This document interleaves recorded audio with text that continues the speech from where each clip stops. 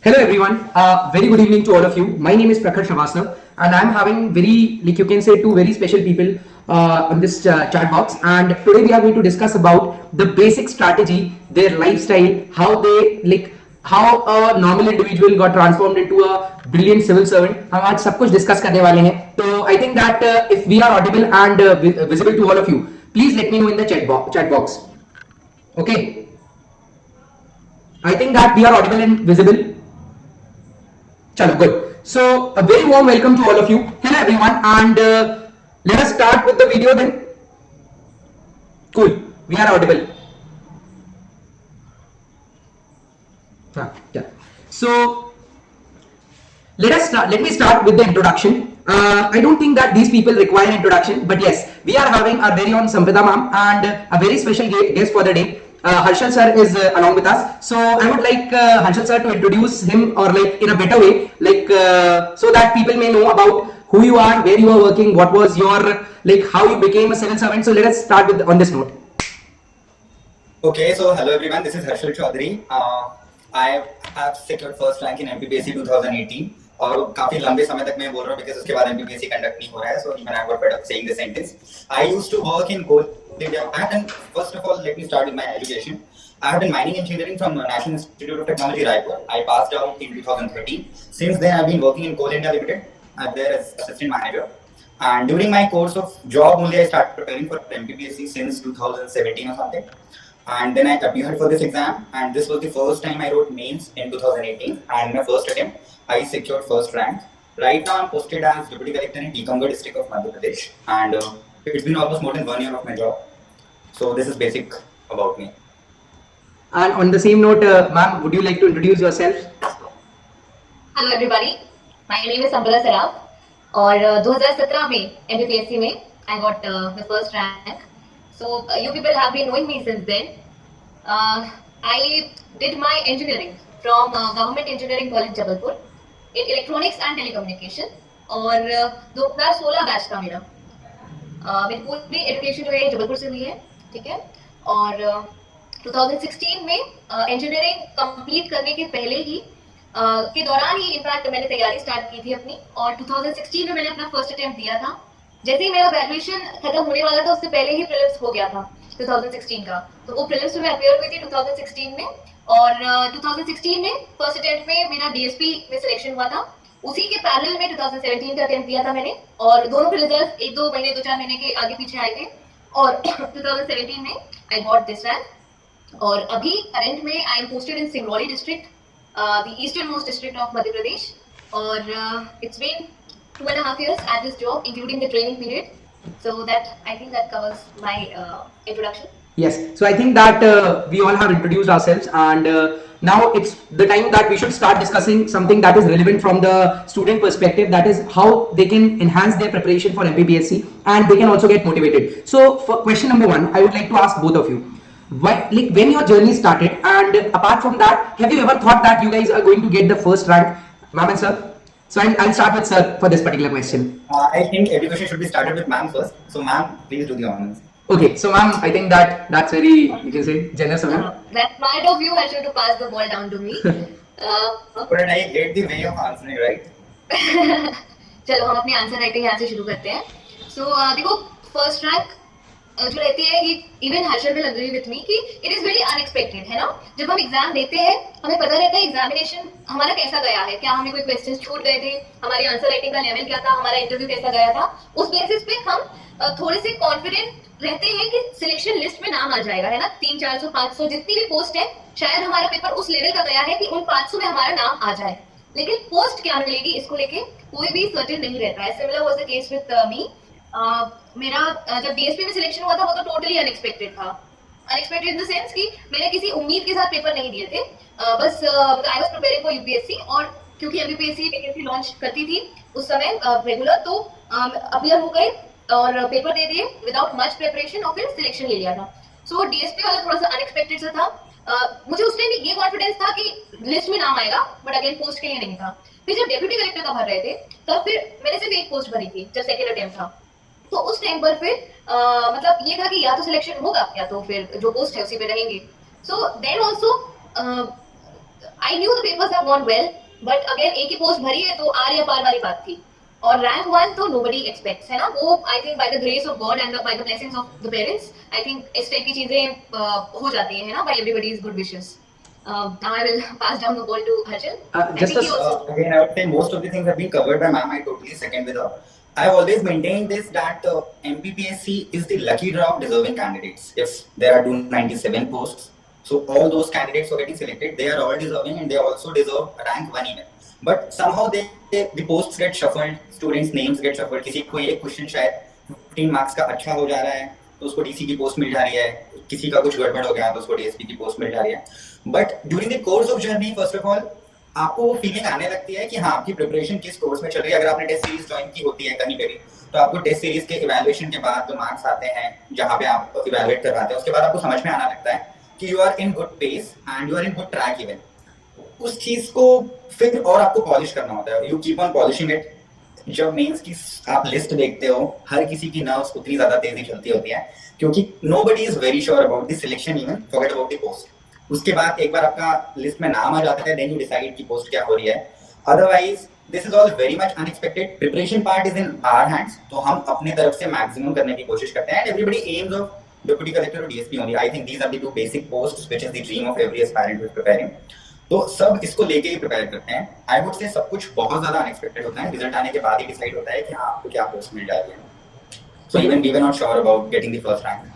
Okay, so we can conclude this point on this note that आपको पता नहीं रहेगा कि आपका प्रिपरेशन कैसा है, आपको डर लगेगा, आप क्या करने वाले हो, एग्जामिनेशन में क्या होने वाला है, ये सारी चीजें आपके प्रिपरेशन के साथ चलती रहेंगी. In fact not before the preparation but after preparation as well कि क्या होने वाला है, कौन सी पोस्ट मिलने वाली है. तो it is you can say आप एक जोन में रहते हो. As both of you will agree on this point कि आप एक जोन में रहते हो that yes I will get selected. But कहां पे होगा, फर्स्ट आएगी, लाइक 100 आएगी, वी डोंट नो.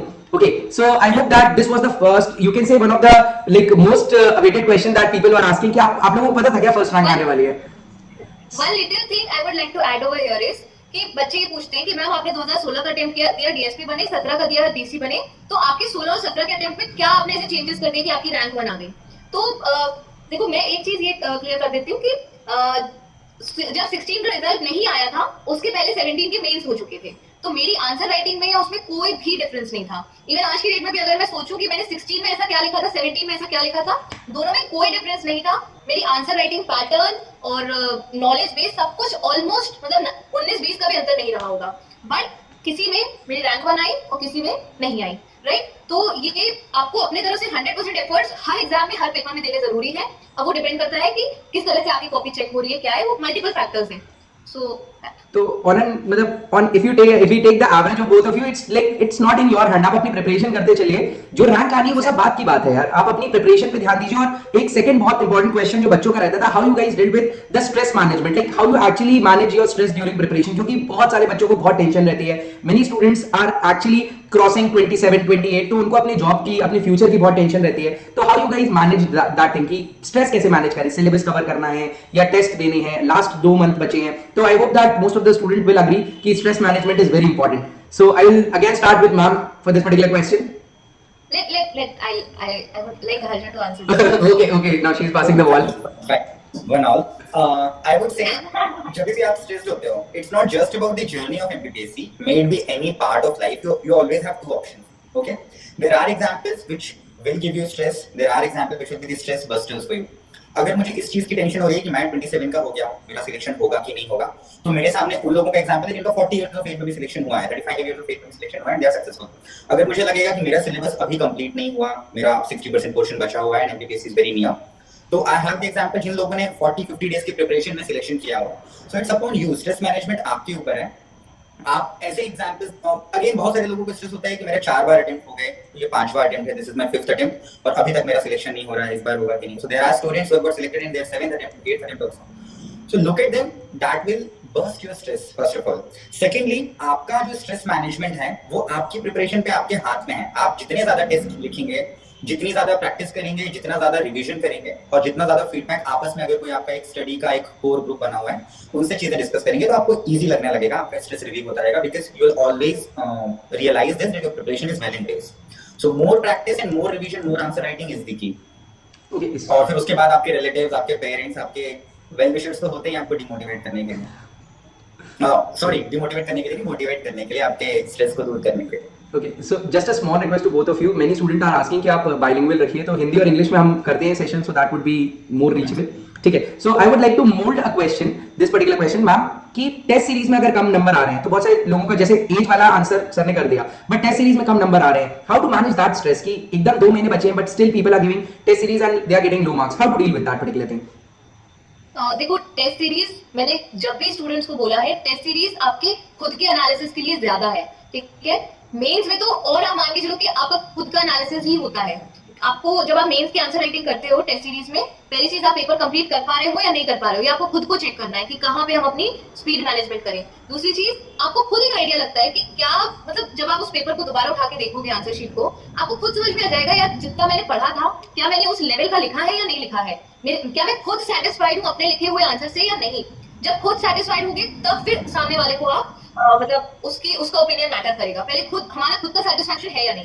हमारा सेटिस्फैक्शन अगर हो जाता है तो फिर मान के चलो आप 70-80% आपकी मेंस की तैयारी हो गई है, सिर्फ आपको 20% किसी और के फीडबैक की जरूरत है, वो आप अपने किसी फ्रेंड से ले सकते हो. ठीक है. अब आती है प्रीलिम्स की बात. अगेन प्रीलिम्स भी आपकी खुद की तैयारी का टेस्ट है. आपको किसी को नहीं दिखाना है आपके कितने मार्क्स आ रहे हैं, कहीं भी रैंक में आपके नाम उस समय आपको नहीं लाना है. बहुत सारे स्टूडेंट्स क्या करते हैं कि मतलब एक तरफ पे टेस्ट रखेंगे, एक तरफ पे गूगल खोलेंगे, मोबाइल खोलेंगे और देखते हुए करेंगे कि मतलब उस तरह से आपको चीट करके या वैसे सिर्फ मार्क्स आगे आ जाए तो आपका कॉन्फिडेंस बढ़ जाए, वो कोई तरीका नहीं होता है. आपको प्रीलिम्स में ये चेक करना है कि जो क्वेश्चन बन रहे हैं सबसे पहले, क्या आपने अगर उनको पढ़ा है तो आपको वो याद है या नहीं याद है. फॉर एग्जाम्पल, अगर आपने प्रेसिडेंट पढ़ा था तो क्या आपको ये याद है कि इनकी पार्डनिंग पावर कौन से आर्टिकल में, और अगर वो आता है वेदर आप अपनी मेमोरी से उस आंसर को मैच कर पा रहे हो या नहीं कर पा रहे हो. तो सबसे पहला टेस्ट है मेमोरी का. दूसरा टेस्ट है एप्लीकेशन का, कि जो पढ़ा है उसके कंसेप्ट क्लियर है कि नहीं और आप अप्लाई कर पा रहे हो या नहीं. और तीसरा टेस्ट आपके प्रीलिम्स में होता है गेसिंग का, मतलब इंटेलिजेंट गेसिंग का. मान के चलो आप 20 क्वेश्चन ऐसे आते हैं प्रीलिम्स में जिसका आंसर दुनिया में किसी को नहीं पता है, श्योर शॉट, लेकिन उसमें आपको गेस वर्क करना पड़ता है. तो गेस वर्क आप किस तरह से अक्कड़ बक्कड़ बम में वो नहीं करना है. आप किस तरह से उसमें इंटेलिजेंट गेसिंग करके ऑप्शंस एलिमिनेट कर सकते हो, अपना डिडक्शन, अपनी पुरानी पढ़ी हुई चीजें अप्लाई कर सकते हो. ठीक है. मतलब आपके मतलब आप अगर डेली न्यूज़पेपर रीडिंग करते हो, बहुत सारी चीजें आपको स्ट्राइक करती हैं कि अच्छा ये चीज उससे रिलेटेड है तो उससे रिलेटेड तो नहीं होगी. इस तरह से आप एलिमिनेट करते हो, है ना, जो हम अपनी अभी पावर 10 सीरीज में भी कुछ चीजें देखते हैं उसमें. तो ये टेस्ट होता है और ये टेस्ट आपका खुद का ज्यादा है. आप जब भी प्रीलिम्स की टेस्ट दे रहे हो, टेस्ट देने के बाद एक बार उसको देखा करो कि कौन से आंसर्स गलत किए मैंने और ये गलत होने का कारण क्या था. क्या मुझे नॉलेज नहीं था, क्या मुझे नॉलेज था पर मैं उसे याद नहीं कर पाया या अप्लाई नहीं कर पाया, या फिर मैंने जो तुक्का था वो मतलब इंटेलिजेंट गेसिंग ना करके कुछ भी मतलब बिना दिमाग लगाए कर दिया. ठीक है. तो this is, I think this is 90% of your self assessment, the test वाली चीज. Okay, so I think that I would also like to contribute a particular thing on this, and I think हम सब इस चीज पे agree करेंगे, because job के बाद अभी तो आपको सिर्फ एग्जाम का प्रेशर है, बट लाइफ में इतनी सारी चीजें आएंगी ना, how you will deal with that particular thing, और एक ऑफिसर्स क्वालिटी आपके अंदर लानी है, तो आपको ये स्ट्रेस ही तो सबसे पहले एलिमिनेट करना है. जिंदगी में कितनी सारी मतलब आपको पता भी नहीं रहता कि I will discuss with ma'am and sir कि कितना प्रेशर आता है लाइफ में वंस यू गेट सिलेक्टेड. उसके बाद की पॉजिटिव नेगेटिव्स दोनों चीजें रहती हैं. तो just a small quote that always practice happiness. आप हमेशा खुश रहने की प्रैक्टिस कर लीजिए. That is the best thing you can do to yourself. So I would like to ask sir again on the same point, sir, what do you think, what is the need of test series while you are preparing for prelims or mains? I think that we'll keep this question prelim focused because we are having the prelim next door.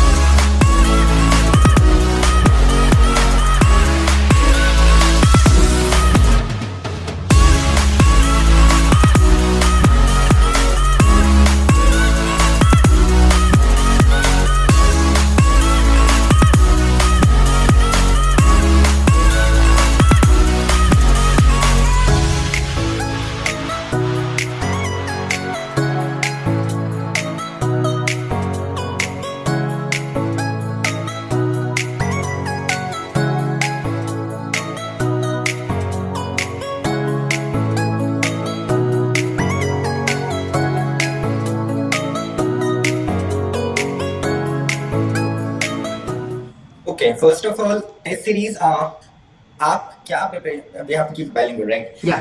हम लोग अगर किसी भी chapter को prepare कर रहे हैं, मान लीजिए मैं मौर्यन एम्पायर मौर्य शासन मौर्य काल लेके एक बुक लेके पढ़ने के लिए बैठ रहा हूँ, तो हो सकता है मैं उसको पूरा पढ़ने के बाद भी जब प्रीवियस ईयर्स के क्वेश्चन पेपर्स को सॉल्व करने बैठूं प्रीलिम्स के, तो मुझे 10 में से 6 क्वेश्चंस ही बने और फिर उसके बाद 4 क्वेश्चंस ऐसे आए जो मुझे क्वेश्चन पढ़ने के बाद रियलाइज हो यार मैंने पढ़ते टाइम ये चीज में ध्यान नहीं दिया, इसीलिए मुझे ये टॉपिक का क्वेश्चन नहीं बन रहा है। तो ये 4 टॉपिक्स ऐसे निकल के आते हैं जिनको मैंने पढ़ने के समय ध्यान नहीं दिया, शायद उसको मैंने पढ़ाई के टाइम पे अनइम्पोर्टेंट समझा इसीलिए छोड़ दिया, बट उससे क्वेश्चन आया हुआ है, मतलब उस टॉपिक पे भी ध्यान देना चाहिए था, that is important. So that is kind of the mirror for you, that is the kind of direction for you. वो आपको एक दिशा देते हैं प्रीवियस ईयर क्वेश्चन पेपर और टेस्ट सीरीज, जिससे आप खुद को इवैल्यूएट कर पाते हो कि सिलेबस को आप सही तरीके से पढ़ रहे हो या नहीं पढ़ रहे हो। सिर्फ आपको टॉपिक पे समय देने से ज्यादा इंपॉर्टेंट है उसमें वैल्यू एडिशन करना, वैल्यू के साथ पढ़ाई करना।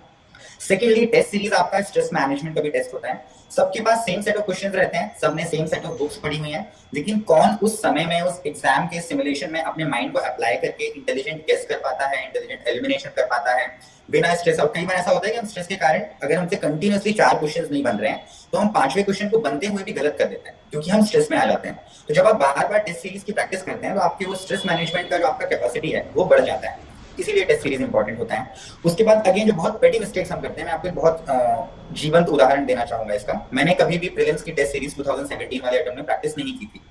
जब आप टेस्ट सीरीज अटेंड कर और उसमें मेरे से सबसे बड़ी गलती ये हुई थी कि मैंने सेट का जो बबल था, मेरा सेट सी था, सेट सी का बबल फिल अप करना भूल गया था। मैं जैसे क्वेश्चन पेपर आया, I jumped into the questions, I started marking the answers और मैं सेट का बबल भरना भूल गया, मैं डिस्क्वालीफाई हो गया।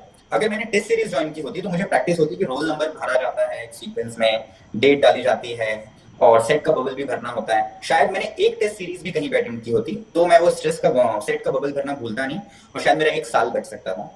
So this is very practical example कि टेस्ट सीरीज क्यों इंपॉर्टेंट है, बहुत छोटी छोटी चीजों के लिए इंपॉर्टेंट होता है। प्रीलिम्स में कई बार ऐसा होता है कि हम क्वेश्चन पेपर में टिक कर लेते हैं सही आंसर और एक साथ जब लास्ट में उसको ओएमआर शीट में फिलअप करना होता है, हमको बबल फिलअप करना होता है, तो हम शायद सीक्वेंस मिस कर देते हैं और सीक्वेंस मिस करने के बाद प्रीवियस क्वेश्चन का जो आंसर है उसको अगले क्वेश्चन में लगाते लगाते एक के बाद एक हम पूरे सीक्वेंस में 10-12 क्वेश्चंस के आंसर गलत कर देते हैं। So this is again one of the पेटी मिस्टेक्स। तो इन छोटी छोटी सी जो मिस्टेक्स हैं इनको अवॉइड करने के लिए, स्ट्रेस मैनेजमेंट के लिए, आपके माइंड के एप्लीकेशन पावर को बढ़ाने के लिए, एलिमिनेशन अच्छे से प्रैक्टिस करने के लिए और इंटेलिजेंट गेसिंग अच्छे से प्रैक्टिस करने के लिए test series is very important. That was a really great answer, sir. So, ma'am, would you like to contribute on the same point that test series की क्या important है? We'll keep this answer short and then yes, ma'am. I think I have covered it. हाँ, that's what the thing is. So, आपका जो doubt था बच्चों की test series की क्या इंपॉर्टेंस रहती है वो क्लियर अप हो चुका होगा। एंड देखो बहुत सारे लोगों के ये डाउट रहते हैं, सर मुझे ये प्रॉब्लम है, मैम मुझे दैट प्रॉब्लम है। तो we'll take this question from the, like you can say, the toppers itself, sir and ma'am. What were your challenges that you faced, or like can you quote something, or if you if you can't even quote, can you tell us something that how to overcome challenges and how to overcome situations that कि as हो रही है तो एक सवाल था, ठीक है, किसी को फैमिली को ध्यान देना पड़ता है, तो बहुत सारी दिक्कतें आती हैं बच्चों के जीवन में। तो I would like to answer on that, I want you guys to answer on that particular thing कि कैसे मैनेज करेंगे सारी चीजें, और अगर है तो आप लोगों के लाइफ में अगर कुछ थी तो वो आपने कैसे मैनेज करी? Ma'am shall I answer this first? Please tell. आपकी अनुमति से। ओके, फर्स्ट ऑफ ऑल हम एक नए स्टूडेंट के रूप में बात करते हैं कि एक जो पहले स्क्रैच से कोई स्टूडेंट स्टार्ट कर रहे हैं, सबसे ज्यादा प्रॉब्लम उसको पहले दिन होती है कि कौन सी किताब खरीदूं। हिस्ट्री के लिए सिर्फ एक किताब से चल जाएगा, मुझे 4 किताबें और खरीदनी है। पॉलिटी पढ़नी है तो लक्ष्मीकांत अकेले से चल जाएगा या डीडी वसूली खरीदनी है। उसके बाद अगर उसने बुक्स खरीद ली तो उसके बाद नोट्स कैसे बनाने हैं, पहली रीडिंग में नोट्स बनाने हैं क्या, नहीं बनाने हैं। इवन इतनी छोटी छोटी सी चीजें होती हैं कि लोग ये तक सोचते हैं कि पेन कौन सा यूज करना है। हम इंटरव्यू तक सोचने लगते हैं कि इंटरव्यू के लिए मेरी पर्सनालिटी है कि नहीं। तो एक सेट ऑफ स्ट्रेस आपको पहले दिन ही क्रिएट हो जाता है। बहुत सारे डाउट्स होते हैं और उनके आंसर ढूंढने लगते हैं, शायद पूछने लगते हैं। मैम को बहुत सारे टेक्स्ट आते होंगे, मुझे डेली बहुत सारे टेक्स्ट आते हैं इस सेट ऑफ स्टूडेंट्स के, जिनका पहला क्वेश्चन नहीं होता ma'am sir I am starting preparation, please guide me. तो इसका कोई आंसर अगर मुझे देना हो तो सबसे पहले मैं ये बोलूंगा कि आप स्टार्ट करिए, जस्ट स्टार्ट इट, धीरे धीरे बेबी स्टेप्स लीजिए, ABCD से स्टार्ट करिए। आपके क्वेश्चंस, ये जो छोटे छोटे क्वेश्चंस थे, खुद ब खुद आंसर आपको खुद मिलते जाएगा।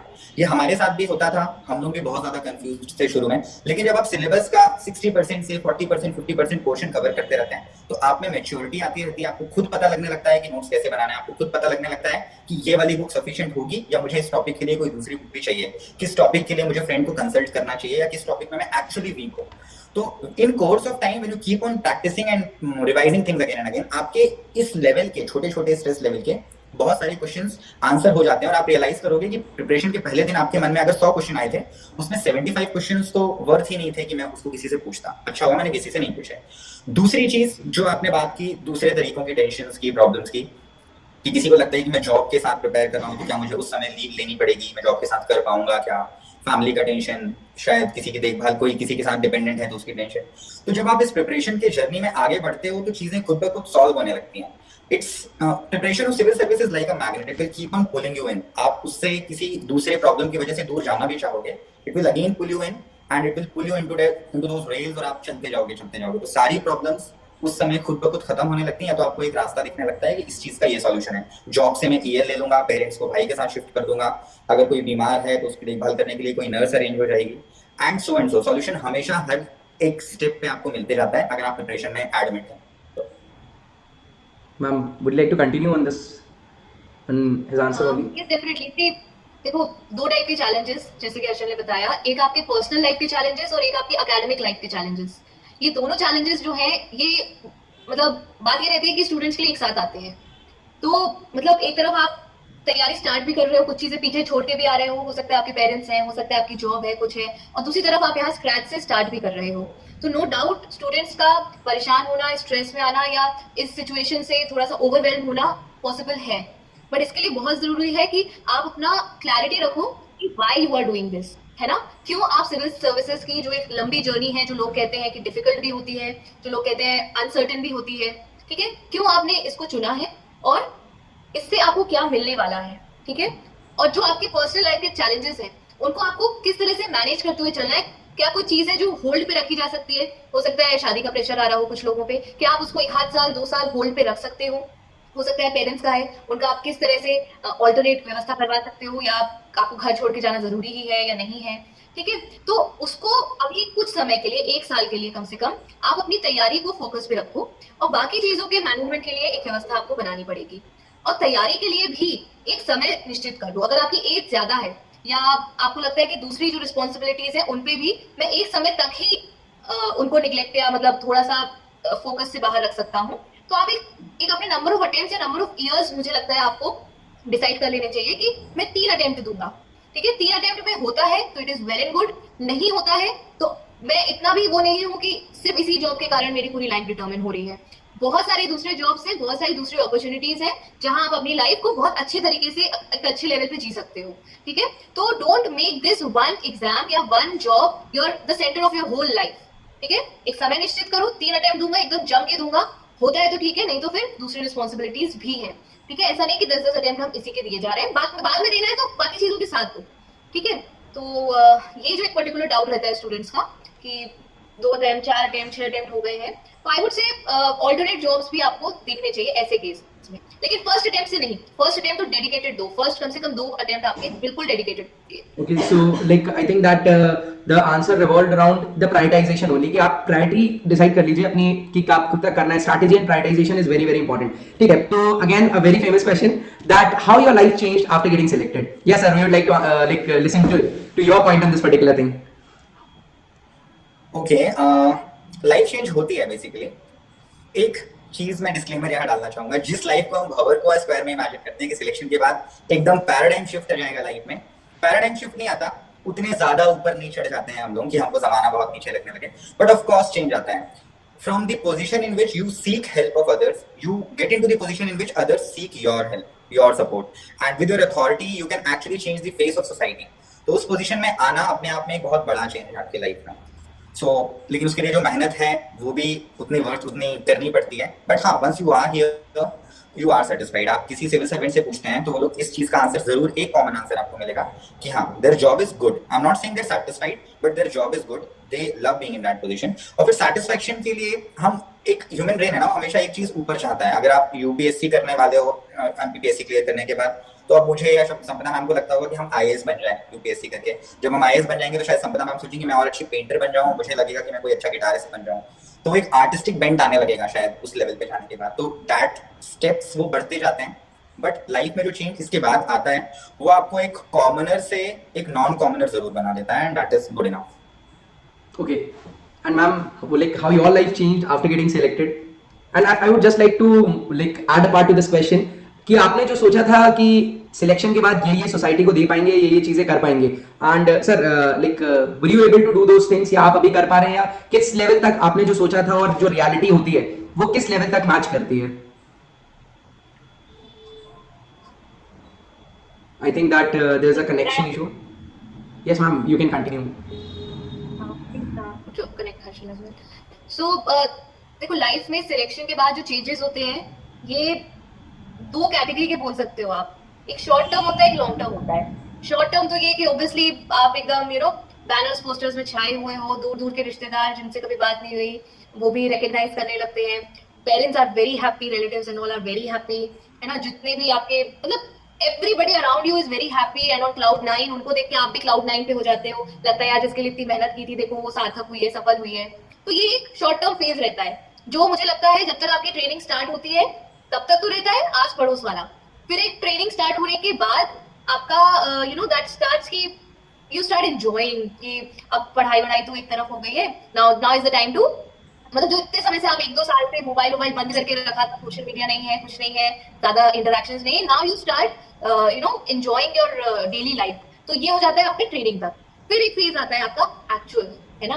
मतलब जो रियलिटी है ये सब चीजें तो बहुत ही सरफेशियल सुपरफिशियल और मतलब एक सिम्प्टोमेटिक चीजें है. असल चीज तो ये थी ना जिसके लिए आपने मेहनत की थी. तो अब आते हो आप जॉब की. तो जॉब सेटिस्फैक्शन की अगर बात करें, मैं अगर अपना बताऊं, my reason to join the services has been the nature of the work. आप देखो मतलब हमें से बहुत लोग सोशल वर्क में इंटरेस्टेड रहते हैं, ठीक है, कि कहीं जाके गरीबों को खाना बांट दिया हमने, कहीं जाके कंबल और कपड़े बांट दिए, कहीं बच्चों को गरीब बच्चों को पढ़ा दिया. मैं खुद एक एनजीओ से जुड़ी हुई थी, हम कॉलेज का ही था, हम लोग प्राइमरी स्कूल के स्टूडेंट्स को पढ़ाते थे. और एक फीलिंग रहती है to give back to the society. I think कि इनहेरेंट हर किसी में कुछ ना कुछ रहती है, चाहे कोई भी हो. तो मतलब मुझ में ये था कि I have to do something, ठीक है, and I want to be an efficient manager of the public resources. ये था मेरे मन में. तो जब मैं यहाँ पर आई मुझे ये समझ में आया कि सच में आप जो करना चाहो समाज के लिए आप वो कर सकते हो. गवर्नमेंट के पास इतने रिसोर्सेज हैं, you just have to manage them very efficiently. और हमको लगता है कि हम मतलब कोई और जॉब करते हैं. ऑब्वियसली आई एम नॉट ऐसा कि एक जॉब अच्छा एक जॉब बुरा है. मैं बस ये बता रही हूँ कि मुझे अपने जॉब से सेटिस्फैक्शन क्यों मिलता है.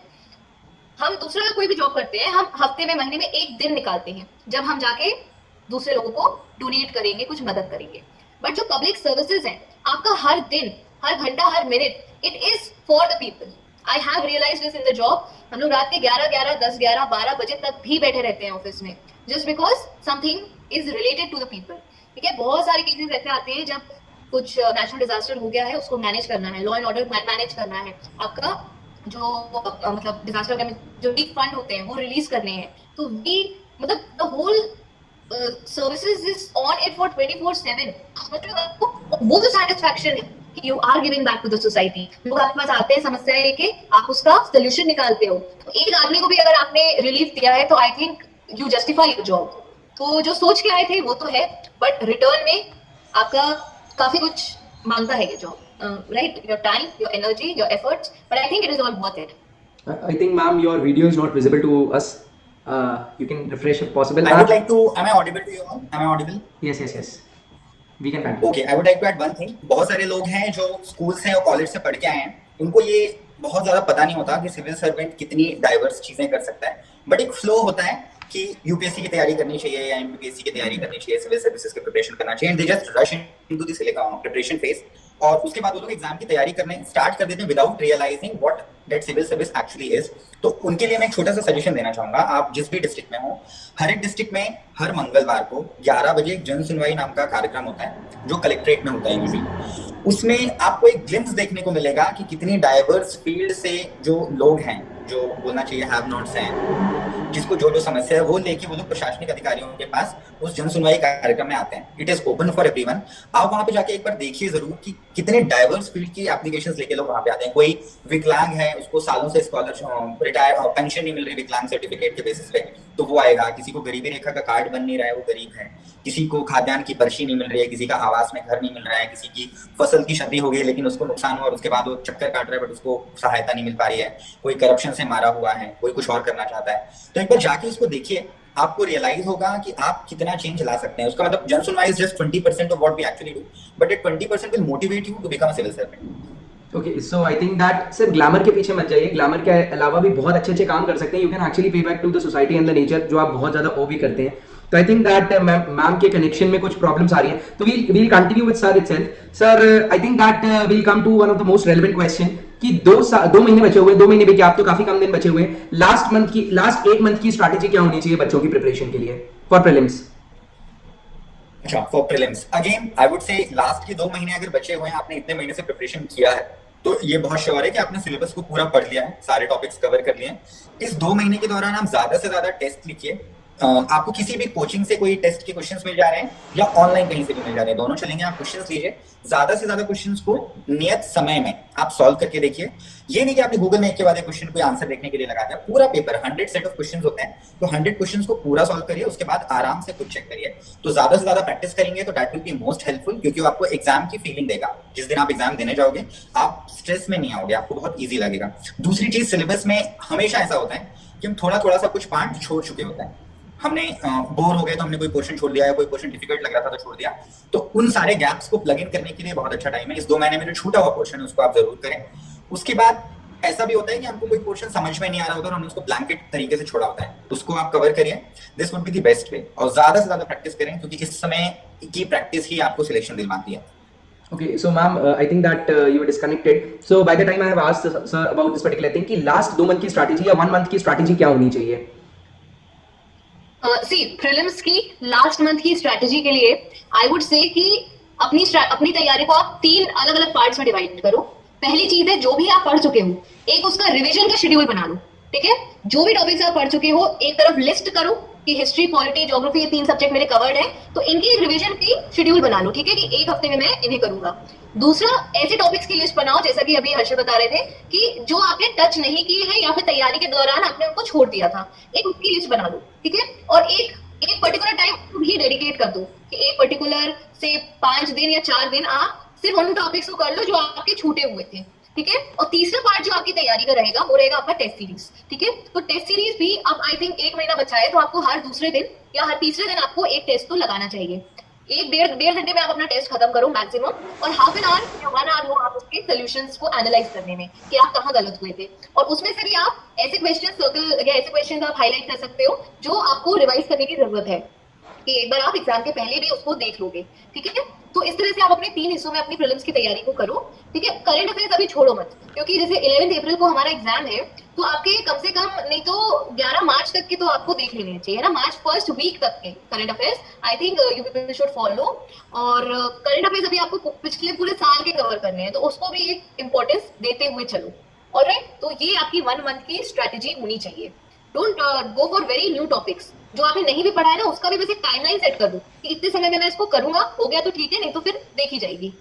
ठीक है, So I think that many people are actually joined in. I think that it touched about 500 people at the moment. So that's great for all of us. And now I think that we can quickly take some of the students' question, because बहुत सारे बच्चे बहुत सारे सवाल आप लोगों से पूछना चाहते हैं, तो जल्दी जल्दी इनका आंसर करेंगे।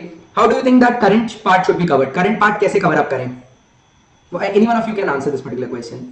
करंट कवर करने के लिए आप किसी भी मैगजीन का, प्रतियोगिता दर्पण हो गया, घटना चक्र हो गया या स्पीडिंग हो गया, इन तीनों में से किसी एक मैगजीन का आप जो ईयरली वाला आता है, जनवरी में जो रिलीज हुआ है, उसको उठा लीजिए और उससे पूरा कवर कर लीजिए। ठीक है, और एक मैगजीन पूरी कवर करने के बाद ही आप किसी दूसरी मैगजीन के बारे में सोचिए। ठीक है, Okay, short and crisp, आप अपनी प्रिपरेशन रखिए। Sir, would you like to add something to the ma'am's answer? No, that covers everything. This is it. Okay, so next question, students are asking what should be the mains 2019 strategy and what is your opinion कि hold कब तक रहता है या फिर exam होगा कि नहीं होगा? ये सब तो खैर अपने हाथ में है भी नहीं, but still what are your answers or your opinion on that part? कि मेंस की स्ट्रैटेजी कैसी होनी चाहिए? मेंस होगा नहीं होगा अभी तो ये अपने दिमाग से प्लीज निकाल दो। ठीक है, निकाल दो, अपनी तैयारी मेंस के हिसाब से ही रखो, क्योंकि शेड्यूल जारी हुआ है, अभी तक कुछ चेंजेस नहीं आए, तो पॉजिटिव रहो कि होगा। ठीक है, दूसरा क्वेश्चन ये है मेंस की तैयारी। अब अगेन उसमें भी बहुत कम समय बचा है, तो अब आपको कम से कम हर पेपर को एक बार एक मॉक टेस्ट उसका दे लेना चाहिए। चाहो तो पुराना पेपर उठाकर बकायदा 3 घंटे बैठ के, अगर आपके 6 पेपर्स है, पूरे 6 पेपर्स को एटलीस्ट एक बार आप अटेम्प्ट करो। ठीक है, और इसके अलावा again don't go for many new things, syllabus को अपने सामने रखो और एक एक सब्जेक्ट बाय सब्जेक्ट देखते चलो कि मेरा क्या बचा है, क्या हो गया है।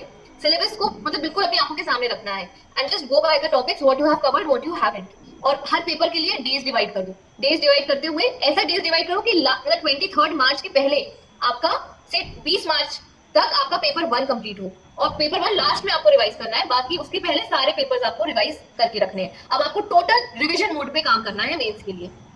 Sir, would you like to add something? I would again like to add कि आपको सिनॉप्सिस बना लेने चाहिए। हमने पहले भी बहुत सारी वीडियोस में आपने देखा होगा कि सिनॉप्सिस की बात होती है। Synopsis is nothing but very condensed form of everything you have revised again and again. Multiple revisions के बाद जो चीज बनती है वो सिनॉप्सिस आता है, तो वो आपके रेडी होना चाहिए। बिकॉज आपको ये पता होना चाहिए कि जैसे आप पेपर 2 जब देने जाएंगे तो आपको सिर्फ एक दिन का समय रहेगा 2 पेपर्स को रिवाइज करने के लिए, जिसमें पॉलिटी होगा और सोशल इश्यूज होगा। उसके बाद जब पेपर 3 देने जाएंगे तो फिर अगेन आपके पास सिर्फ एक दिन का, आधे दिन का समय होता है। उस आधे दिन में 2 पेपर्स को रिवाइज करने के लिए सिनॉप्सिस जरूरी है एंड वो आप तैयारी कर लें। और इस बार के मेंस में इससे सबसे ज्यादा इंपॉर्टेंट स्ट्रैटेजी ये हो जाती है कि आपको अपने कम शब्दों में ज्यादा अच्छा लिखना है, क्योंकि एक स्पेस कंस्ट्रेंट भी आ गया है। तो उस चीज की प्रैक्टिस बहुत ज्यादा करिए। This is something new which is coming in mains 2019। So आप कम शब्दों में ज्यादा से ज्यादा टॉपिक्स को कवर करके एक डाइवर्स आंसर लिखने की कोशिश करिए। गिने चुने शब्द लिखें बट कीवर्ड जरूर लिखें। इसकी प्रैक्टिस ज्यादा करनी चाहिए अभी। Okay, so I think that briefly both of them have answered this question very brilliantly. एक और important question आता है, जिसकी प्रिपरेशन अभी तक कंप्लीट नहीं हुई है, वो लास्ट मंथ में क्या कुछ ऐसा कर सकता है जिससे उसका एग्जाम क्रैक हो जाए? Many people are asking this question. मेरी प्रिपरेशन पूरी नहीं हुई है, but what should be my last month strategy? So again, I would like sir to answer this particular question first, and then we'll move to ma'am. Go through previous years question paper. आप 2012 से लेकर 2018 तक के question paper देख लीजिए। Highlight those topics जो बहुत ज्यादा इंपॉर्टेंट है, जिनसे रिपीटेड क्वेश्चंस आते हैं हर साल। ऐसे हर एक सब्जेक्ट में कुछ टॉपिक्स होते हैं जो बहुत ज्यादा हाईलाइटेड और फेमस टॉपिक्स होते हैं। तो क्योंकि आपके पास कम समय है तो बेस्ट स्ट्रैटेजी यही होगी कि उन रिपीटेड क्वेश्चंस वाले टॉपिक्स को आप पहले पढ़ लें, और उसके बाद जो थोड़े से कम फेमस टॉपिक्स हैं या जिनसे लेस फ्रीक्वेंटली आस्क्ड क्वेश्चंस हैं उनको बाद में कवर करें। बट साथ ही साथ आंसर राइटिंग प्रैक्टिस आपकी सबसे प्रायोरिटी होनी चाहिए सबसे ज्यादा, because answer writing I think covers 50% of the preparation. तो जो आप पढ़ रहे हैं उसको आप अच्छे से लिखना सीख लें और इंपॉर्टेंट चीजों को पहले पढ़ लें प्रीवियस ईयर क्वेश्चन पेपर्स को देख के। So that should be the, मतलब बोलना चाहिए 11th आवर में जो रश कर रहा है उसके लिए यही स्ट्रैटेजी बेस्ट होगी। Ma'am please contribute to this देखो क्वेश्चन। ऐसे जो स्टूडेंट्स हैं जिनको लग रहा है कि उनका सिलेबस कवर नहीं हुआ है, मेरी बात ये मान के चलो आप लोग कि सिलेबस आपका आखिरी दिन तक आपको ये कॉन्फिडेंस नहीं आएगा। एग्जाम हॉल में घुसते समय भी मैं भी कॉन्फिडेंट नहीं थी कि मैं पूरी तैयारी करके गई हूँ, और मैं इतनी कॉन्फिडेंट थी कि जो चीज जरूरी है उतना हमने पढ़ा है। और जरूरी चीज कहाँ से निकल के आएगी, जैसा कि हर्षन ने बताया कि आपके जो प्रीवियस ईयर्स पेपर्स हैं वो आपके इंपॉर्टेंट क्वेश्चंस आपको थोड़ा सा एक आइडिया देता है कि अगर भाई एक बार पूछ लिया मोहम्मद बिन तुगलक की इकोनॉमिक पॉलिसी, तो हो सकता है एक बार पूछ ले मोहम्मद बिन तुगलक की एडमिनिस्ट्रेटिव पॉलिसी। तो मतलब जो मोहम्मद बिन तुगलक है ये एक इंपॉर्टेंट आपका टॉपिक है। तो इस तरह से इंपॉर्टेंट टॉपिक्स को आपको देखना पड़ेगा प्रीवियस ईयर क्वेश्चंस को देखते हुए। बाकी ये मान के चलो कोई कॉन्फिडेंट नहीं रहता है, सब एक नाव में रहते हैं। ठीक है, जो बोल रहा है कि मेरा पूरा तैयार हो चुका है वो झूठ बोल रहा है। Alright, okay, so another question, MP history, आप एमपी करंट का पार्ट आप लोगों ने कहां से कवर अप किया था? बहुत सारे डाउट आ रहे हैं एमपी करंट को लेके, तो एमपी करंट कहां से कवर अप करें? इस दैनिक भास्कर द थिंग, और कहां से कवर अप करना है? See, I would say I just read Speedy Current Affair and that was more than sufficient to me. देखिए, आपको करंट अफेयर्स एक ऐसा टॉपिक है जो आप 100% 50 मैगजीन्स पढ़ने के बाद और 10 न्यूज़पेपर्स पढ़ने के बाद भी आपसे 100% क्वेश्चंस नहीं बनेंगे। तो बेटर ये है कि आप टेपर डाउन कर लीजिए अपने रिसोर्सेज को, किसी भी एक मैगजीन और मैक्स टू मैक्स 2 मैगजीन को पकड़ लीजिए, mug them up, that would be sufficient. आपसे जो नहीं बन रहा है आई कैन बेट वो किसी और से भी नहीं बनेगा। Yes ma'am. देखो एमपी के करंट अफेयर्स का कोई पर्टिकुलर सोर्स आज तक अपन को समझ में नहीं आया है, तो इसके लिए बेटर तो यही है कि आप जैसे घटना चक्र में थोड़ा सा पोर्शन आता है एमपी के करंट अफेयर्स का, थोड़ा सा हम वो देखते चले। थोड़ा सा जैसे सीएम का जो पेज है, सीएम साहब का, आप वो पेज देखते चले, है ना, उसमें बहुत सारी घोषणाएं या नई स्कीम्स जो लॉन्च होती हैं उनकी जानकारी उसमें रहती है। और तीसरा जैसे रोजगार निर्माण जो आता है, रोजगार निर्माण में जरूर एमपी के करंट अफेयर्स दिए रहते हैं, बट रोजगार निर्माण में बहुत सारी चीजें दी होती हैं। तो जैसे मैं जब अगर रोजगार निर्माण पढ़ने बैठती थी तो मेरा तो वो खत्म ही नहीं होता था कभी, क्योंकि उसमें इतने सारे एमसीक्यूज, इतनी सारी चीजें रहती हैं। तो उसमें से आपको ये जरूरी है कि आप फिल्टर आउट कर लो कंटेंट। अगर रोजगार निर्माण ले भी रहे हो तो उसमें से देख लो कि क्या पढ़ना, मतलब क्या ऐसे ही दिया हुआ है और क्या एक्चुअल में जरूरी है, उसमें से भी आप एमपी के करंट अफेयर्स ले सकते हो। ठीक है, बाकी आज सच कोई अलग से मैगजीन तो नहीं है एमपी के करंट अफेयर्स की, वो आपका इंडिया के करंट अफेयर्स में ही आपको कहीं ना कहीं मर्ज करना पड़ेगा। दैनिक भास्कर जो है, अगर जैसे बच्चे पूछ रहे हैं, तो दैनिक भास्कर अभी रोज रोज में तो अच्छा है, आप पिछले 1 साल का करंट अफेयर्स कहाँ से लाओगे दैनिक भास्कर का? ठीक है, तो उसके लिए आपको मैगजीन ही रेफर करनी पड़ेगी या फिर गवर्नमेंट वेबसाइट्स हो गई, ठीक है, गवर्नमेंट ऑफ मध्य प्रदेश और सीएम मध्य प्रदेश की फेसबुक पेजेस और इनके सब थोड़ा सा उसको बस ऐसे स्क्रॉल कर लो कि आइडिया लग जाए। Okay, so I think that this could be the last question for the day. Is Lucent enough for everything, sir? Is enough for I would say Lucent is the Gita for MPPSC, but again it's not enough. आपको reference books पढ़नी ही पड़ेंगी। Lucent को आप पढ़ने के बाद जरूर देखें। Lucent is very important, inevitable है एकदम, but sufficient तो I would say मैम भी बोलेंगे कि sufficient नहीं है Lucent। Covers everything, but बहुत क्रिस्प कवर करता है वो हर टॉपिक को। देखो लूसेंट ना जैसे एक फ्रेज होता है, I think Harshal would know, necessary but not sufficient conditions Not होती है। sufficient. Lucent is something that is necessary, जरूरी है लेकिन पर्याप्त नहीं है। आपको ये, आप इसके बिना आप एग्जाम अटेम्प्ट करने की मत सोचो, लूसेंट तो पढ़नी ही है आपको, लेकिन लूसेंट के अलावा भी बहुत सारी चीजें हैं जो आपको करनी चाहिए, जैसे कि आपके करंट अफेयर्स हो गए, जैसे आपकी कुछ स्टैंडर्ड बुक्स हो गई, लक्ष्मीकांत हो गया आपका, बाकी बुक्स हो गई है ना, तो वो तो आपको करना ही है। लूसेंट लास्ट मिनट रिविजन के लिए बहुत अच्छी बुक है। तो लूसेंट, जैसे मैं अपनी आज की डेट में भी मेरी लूसेंट मैं रखती हूँ अपने साथ, और इससे मतलब इसमें आज भी आपको बहुत सारी चीजें मार्क की हुई मिलेंगी, और मुझे आज भी अगर रिवाइज करना है, मान लो इंडियन पॉलिटी या इंडियन हिस्ट्री, तो मैं इससे रिवाइज करूंगी, क्योंकि मैं उसका ब्रॉडर चीजें पढ़ चुकी हूँ, स्पेक्ट्रम हो गया आपका, लक्ष्मीकांत हो गया, ये सब मैं पढ़ चुकी हूँ। तो रिवाइज करने के लिए this is a very very good book. लेकिन एक और चीज है, लूसेंट उन लोगों को समझ में आने में प्रॉब्लम होती है जो पहली बार लूसेंट से पढ़ना शुरू करते हैं, क्योंकि लूसेंट में समरी दी होती है, और समरी आप बिना किसी मैटर को पढ़े समरी सीधे पढ़ोगे तो आप रिलेट नहीं कर पाओगे। तो जो बच्चे स्टार्ट कर रहे हैं तैयारी, आई वुड से वो एनसीईआरटी से स्टार्ट करें, फिर स्टैंडर्ड बुक्स, लास्ट में रिवाइज लूसेंट से करें, और जिनके पास अब समय नहीं है तो लूसेंट तो अब रट ही लो, है ना। ओके सो एक लास्ट क्वेश्चन, ये खैर बहुत सारे बच्चे पूछ रहे हैं कि बाकी देखो हर यूनिट का तो we can not discuss, but yes we can discuss about unit 7 and unit 9। Sir science and tech and computer वाला पार्ट आप लोगों ने कहां से कवर अप किया था, बिकॉज उसके लिए रिसोर्सेज काफी कम है, और जैसे साइंस एंड एनवायरनमेंट के लिए रिसोर्स है तो वो बहुत बड़ी रिसोर्स है, तो वो सर आपने कहां से कवर किया था? Ma'am sir you can answer. I covered science and tech, मैंने 6 से 10 तक की एनसीईआरटीज बेसिकली कवर की थी। I covered them very well. NCERT से बहुत सारे क्वेश्चंस प्रीलिम्स में आते हैं और मेंस में भी आते हैं, okay, because they are the basic reference books. उसके बाद मैंने लूसेंट पूरी रिवाइज की थी साइंस एंड टेक वाले पोर्शन के लिए। कुछ टेक्नोलॉजी का पोर्शन मेंस के लिए जो सिलेबस में दिया रहता है बट हमको किसी रेफरेंस बुक में नहीं मिलता, उसके लिए आप इंटरनेट में ब्राउज कर सकते हैं, उसको सर्च कर सकते हैं टॉपिक वाइज, और उसके छोटे-छोटे क्रिस्प नोट्स बना सकते हैं। That would be sufficient. And ma'am science and tech, I would say जो इसको मतलब देखो, साइंस जो आपको बेसिक साइंस पढ़ना है वो आपको एनसीईआरटी से पढ़ लेना चाहिए, है ना। 8th मतलब 6th 7th 8th वगैरह की जो बेसिक साइंस रहता है, जो आपका बायोलॉजी केमिस्ट्री, ये सब थोड़ा सा कवर हो जाता है उससे। साइंस टेक्नोलॉजी वाला जो पोर्शन रहता है वो मोर और लेस करंट से रिलेटेड आता है, तो उसके लिए आपको करंट अफेयर्स जरूर देखने चाहिए। मंथली करंट अफेयर्स जो आते हैं, सिर्फ आपका विजन आईएएस के भी आते हैं, या फिर और भी कोई जो आपको करंट अफेयर्स इसके मिलते हैं, तो उसमें आप साइंस एंड टेक वाला बस पोर्शन उसमें देखते चलो कि कौन सी नई स्पीशी डिस्कवर हुई है, कौन सा नया डिफेंस में कोई एयरक्राफ्ट कैरियर लॉन्च हुआ है, तो all of this is part of your current affairs in technology. तो टेक्नोलॉजी बहुत ज्यादा आपकी करंट से रिलेटेड होती है, जैसे 5G टेक्नोलॉजी है, वो किस पे बेस्ड है, ये तब आपको पता चलेगा जब आप करंट में 5G को पढ़ोगे, और ऐसे ही क्वेश्चन आते हैं आपके। तो basic science cover it from NCERT and Lucent, technology portion you have to cover it from current affairs. Okay, so I think that we have already exceeded the time limit that we have decided. So I think that it's time to wrap up this session, and I think that both of you have enjoyed answering and interacting with the students as well. So last one line that, or any incident that you remember, you people remember from your preparation time or anywhere that actually inspires the student for this particular examination. एक छोटा सा कोई भी incident. मैं 5 लोगों के साथ prepare करता था, पांचों ऑलमोस्ट सिविल सर्विसेज में हैं या तो कोई एमपीपीएससी में सिलेक्ट हुआ है। हम लोग कभी भी स्ट्रेस आउट होते थे तो हम लोग बस एक सेंटेंस बोलते थे कि लगी पड़ी है भाई, इस बार तो करना ही है। और this sentence used to motivate us, मतलब एक ब्लड सर्कुलेशन बढ़ा देता था ये सेंटेंस। तो इस तरीके का जब आप एक अच्छे माहौल में रहते हैं, कोई भी, it could be anything, but this was something which used to motivate 4 to 5 of us.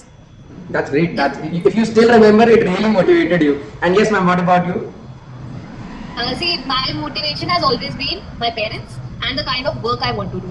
तो मैं हमेशा से ये सोचती थी कि होने के बाद कितनी अपॉर्चुनिटीज आपके पास खुल जाती है लोगों का काम करने के लिए। तो यही सोचते हुए मैं करती थी कि इसके बाद क्या क्या करना है। मतलब मेरे दिमाग में बहुत सारे प्लान्स चलते रहते थे कि एजुकेशन के क्षेत्र में ये हम कर सकते हैं, हेल्थ के क्षेत्र में ये कर सकते हैं।